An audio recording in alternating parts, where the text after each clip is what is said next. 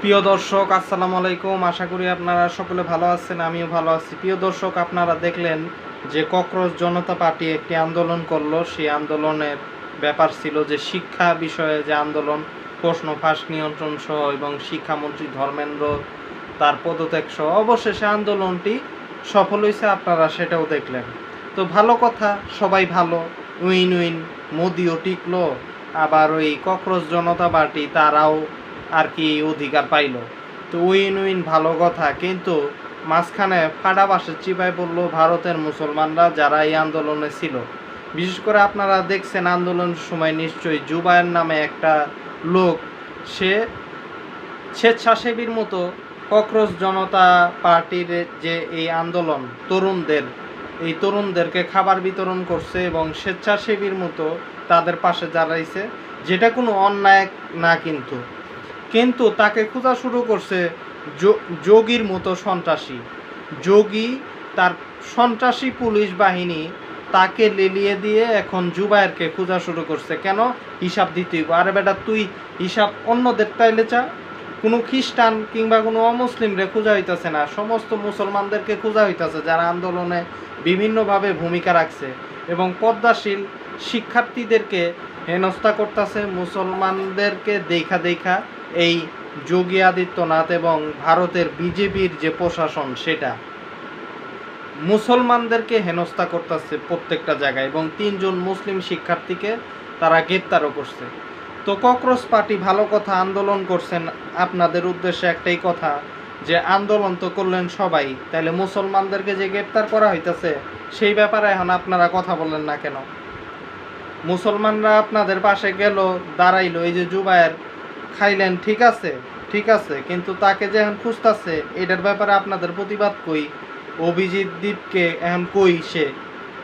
সুতরাং cockroach party কিন্তু এখানে মুসলমানদের সাথে বলা যায় যে মুসলমানরা তাদের পাশে দাঁড়াইলো, আন্দোলন করলো, কিন্তু ককরোচ পার্টি মনে হইতাছে না যে মুসলমানদের পাশে দাঁড়াবে।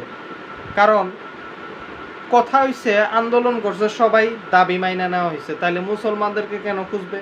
আর মোদি বলল মুখে একটা, কিন্তু মোদি একটা মুনাফিক, বলল যে সবার বিরুদ্ধে সমস্ত অভিযোগ আমরা উঠায় নিব।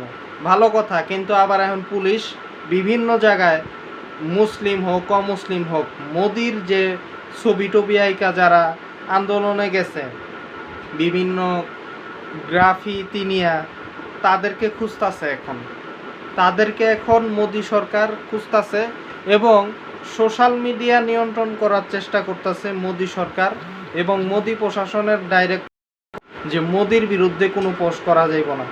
অর্থাৎ ওই রকমই, আপনি যতই, মোদি তো আন্দোলন কন্ট্রোল করার জন্য সান্ত্বনা দিছে লাইভ আইসা, কিন্তু দিন শেষে আপনা করে ওইভাবেই মারব। আন্দোলন থামানোর জন্য বলছে যে ঘরে যাও, হ্যান তেন, ধর্মেন্দ্রর পদত্যাগ, এটা সম্পূর্ণ আয়স। কিন্তু যারা আন্দোলনে গেছেন, মোদির বিরুদ্ধে নিশ্চয়ই স্লোগান দিয়েছেন, তারপরে মোস্টার লাগাইছেন, প্রত্যেকরা এখন খুঁজতেছে পুলিশ, দিল্লি পুলিশ সহ প্রত্যেকটা ভারতের প্রশাসন আপনাদের বিরুদ্ধে লাইগা গেছে, আপনাদেরকে ধরবো। এবং অলরেডি নাকি অনেক জায়গায় ধরপাকড় শুরু হয়েছে।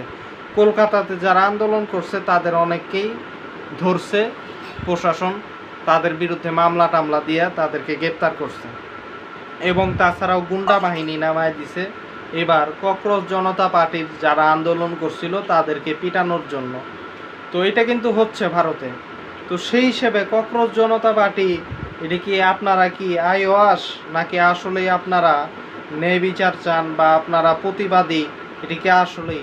যদি হয়ে থাকেন, ধর্মেন্দ্রর পদত্যাগ ভালো কথা, কিন্তু আইওয়াস, কারণ এখন তো ধরপাকড় হচ্ছে অনেক শিক্ষার্থীকে এবং মুসলমানদের বিরুদ্ধে সাম্প্রদায়িক কর্মকাণ্ড হচ্ছে, সেগুলির ব্যাপারে আশা করি আপনারা প্রতিবাদ করবেন যদি সঠিক হয়ে থাকেন।